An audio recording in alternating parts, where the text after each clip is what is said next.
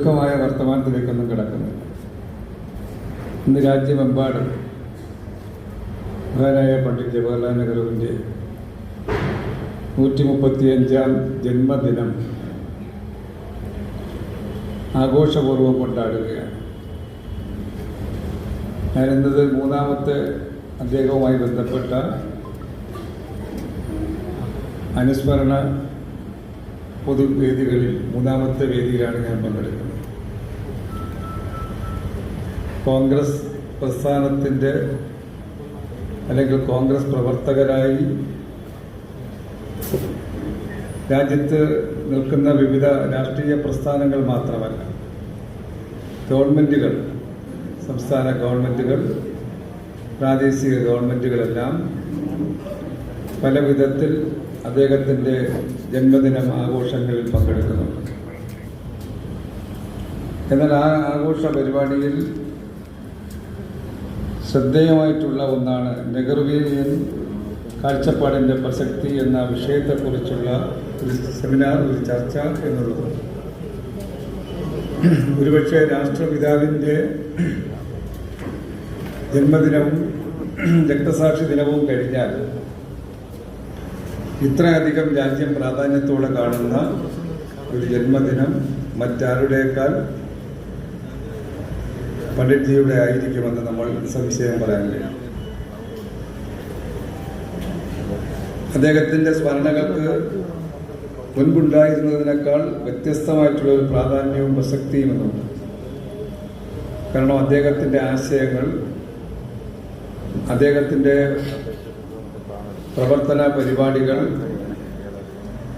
വെല്ലുവിളി നേരിടുന്ന ഒരു ഭരണ സംവിധാനമാണ് നമ്മുടെ രാജ്യത്ത് നിലനിൽക്കുന്നത്. ഇന്ത്യയുടെ ആദ്യത്തെ പ്രധാനമന്ത്രി എന്ന നിലയിലല്ല, ഇന്ത്യ ഇന്ന് കാണുന്ന തലത്തിലേക്ക് സൃഷ്ടിക്കാൻ ഇന്ന് എന്തെല്ലാമാണോ. കാരണം രാജ്യസ്വാതന്ത്ര്യമായ സമയത്ത് നമുക്ക് എല്ലാ മേഖലകളും പിന്നോക്കാവസ്ഥയായിരുന്നു. വിദ്യാഭ്യാസ കാര്യത്തിൽ, സാംസ്കാരികമായ പല വിഷയങ്ങളിൽ, നമ്മുടെ സാമ്പത്തിക അവസ്ഥ എടുത്തു നോക്കിയ എല്ലാ മേഖലകളിലും. എന്നാൽ ആ പിന്നോക്കാവസ്ഥയിൽ നിന്ന് നമ്മുടെ നാടിനെ ഏറ്റവും മുൻപന്തിയിലേക്ക് വളർത്തിക്കൊണ്ടുവരുന്നതിൽ അദ്ദേഹത്തിൻ്റെ കാഴ്ചപ്പാടും അദ്ദേഹത്തിൻ്റെ നയങ്ങളും രാജ്യത്തിന് ഉപകരിച്ചു എന്നുള്ളതാണ് സത്യം. അതുകൊണ്ടാണ് നമ്മൾ എല്ലാവരും ഒരുപോലെ രാഷ്ട്രശില്പി എന്ന് പണ്ഡിറ്റ്ജിയെ വിശേഷിപ്പിക്കാൻ തയ്യാറാണ്. അങ്ങനെ നമ്മുടെ രാഷ്ട്രത്തിൻ്റെ നിർമ്മിതിയിൽ വലിയ പങ്ക് വഹിച്ച മഹാനായ നെഹ്റുവിനെ ഇന്ന് ഇകഴ്ത്തിക്കാട്ടാനാണ് രാജ്യഭരണത്തിൽ പലരും ശ്രമിക്കുന്നത്. അദ്ദേഹത്തിന്റെ സ്ഥാനത്ത് പ്രധാനമന്ത്രിയാകാൻ അദ്ദേഹത്താൽ യോഗ്യനായ ആളുകൾ ഉണ്ടായിരുന്നു എന്ന് വരെ പ്രചരിപ്പിക്കുന്നു. എന്നാൽ നെഹ്റുവിൻ കാഴ്ചപ്പാട് നമ്മുടെ രാജ്യത്തെ പുരോഗതിയിലേക്ക് നയിച്ചു എന്നതല്ലേ സത്യം. നമ്മുടെ രാജ്യത്തിന്റെ ഭരണഘടന, അതിന് താക്കോൽ അഥവാ ആമുഖത്തിന്റെ ശില്പി ആരെന്ന് ചോദിച്ചാൽ അത് മഹാനായ പണ്ഡിറ്റ്ജി ആണെന്ന് നമുക്കെല്ലാം അറിയാം. ഇന്ത്യൻ ഭരണഘടനയുടെ ആമുഖം നൽകുന്ന സന്ദേശം ദുർബലപ്പെട്ടു കഴിഞ്ഞാൽ നമ്മുടെ രാജ്യത്തിന്റെ അവസ്ഥ എന്തായാലും നമ്മുടെ രാജ്യം തകർന്നു പോകും. വര വാക്കൊന്നുമില്ല, പപ്പടം പൊടിയുന്ന പോലെ പൊടിഞ്ഞു പോകും. ആ ആമുഖത്തിലൂടെ നമ്മുടെ രാജ്യത്തിന് നൽകുന്ന ഏറ്റവും പ്രധാനപ്പെട്ട സന്ദേശം പരസ്പര സാഹോദര്യ ബഹുമാനത്തോടുകൂടി കഴിയുന്ന ഇന്ത്യക്കാരാണ്. മതേതരത്വം എന്ന ആ ഉന്നതമായ മൂല്യങ്ങളിൽ ഉറച്ചു നിൽക്കുന്ന ഒരു ഇന്ത്യയാണ് മഹാത്മാഗാന്ധിയും ജവഹർലാൽ നെഹ്റുവും അവരുടെ ഭാവനയിൽ കണ്ടത്.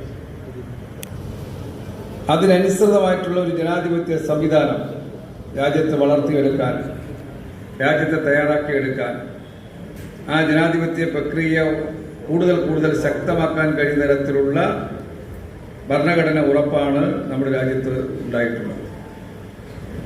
എന്നാൽ ആ ജനാധിപത്യ സംവിധാനത്തെ ദുർബലമാക്കാൻ, ഭരണഘടനയെ ദുർബലമാക്കാൻ, രാജ്യത്തിന്റെ സാമ്പത്തിക മേഖലയെ പല വിധത്തിൽ തകർക്കാൻ, രാജ്യത്തിന്റെ വിദേശ നയത്തിൽ മാറ്റങ്ങൾ വരുത്തുവാൻ, അങ്ങനെ നമ്മുടെ രാജ്യത്തെ ആ നയത്തിൽ നിന്ന്, ആ വഴികളിൽ നിന്ന് വ്യതിചലിച്ചു പോകാൻ കഴിയുന്ന, അതിനെ പ്രേരിപ്പിക്കുന്ന സമീപനങ്ങളാണ്, നയങ്ങളാണ് നമ്മുടെ രാജ്യത്തിന്റെ ഭരണകർത്താക്കൾ നടത്തിക്കൊണ്ടിരിക്കുന്നത്.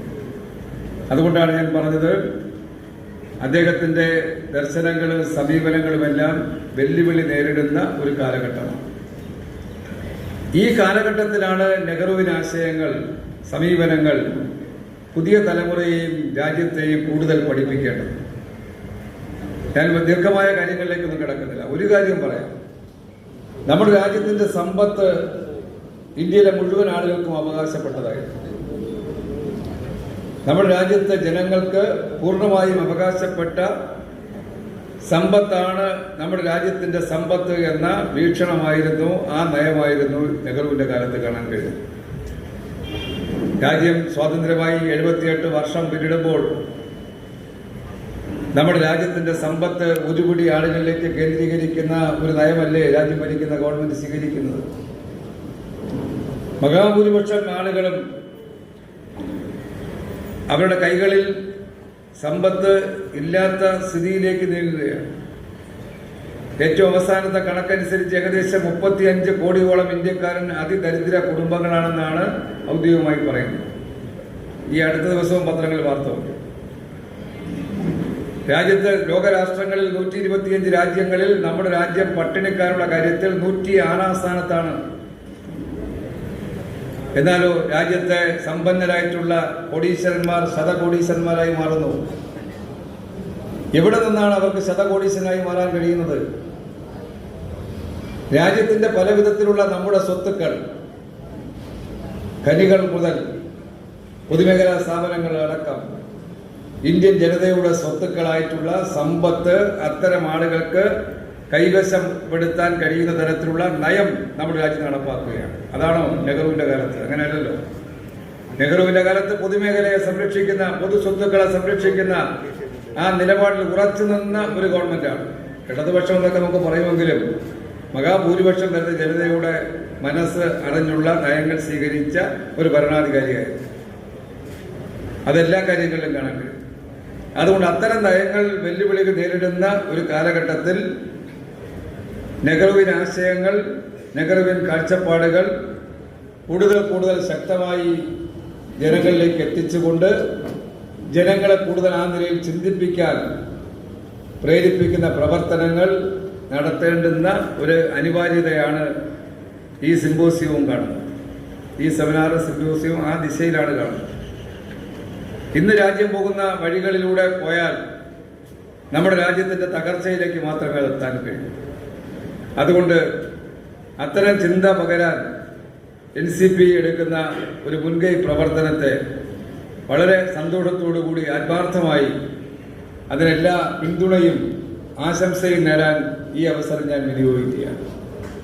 ഇത്തരം ഒരു വിഷയം വിവിധ നേതാക്കന്മാർ, പ്രമുഖരായ നിരവധി നേതാക്കന്മാർ ഈ വേദിയിലുള്ളത് കൊണ്ട് ദീർഘമായ ഒരു പ്രസംഗത്തിന്റെ കാര്യമില്ല എന്ന് നിങ്ങൾക്കും എനിക്കും അറിയാം. ഞാൻ അതുകൊണ്ട് അതിലേക്ക് കടക്കുന്നില്ല. ഇതിൽ കേന്ദ്രീകരിച്ചുകൊണ്ട് അത്തരം വിഷയങ്ങളെ സംബന്ധിച്ചുള്ള ചർച്ചകൾ കൂടുതൽ മുന്നോട്ട് കൊണ്ടുപോകാൻ സാധിക്കട്ടെ എന്ന് മാത്രം പറഞ്ഞ് ഈ സെമിനാർ ഔപചാരികമായി ഉദ്ഘാടനം ചെയ്തായി അറിയിക്കുന്നു. എല്ലാവർക്കും ആശംസിക്കുന്നു. കൂടുതൽ വാർത്തകളും വിശേഷങ്ങളുമായി വീണ്ടും കണ്ടുമുട്ടാം. അതുവരെ ഏവർക്കും നന്ദി, നമസ്കാരം, ബൈ ബൈ.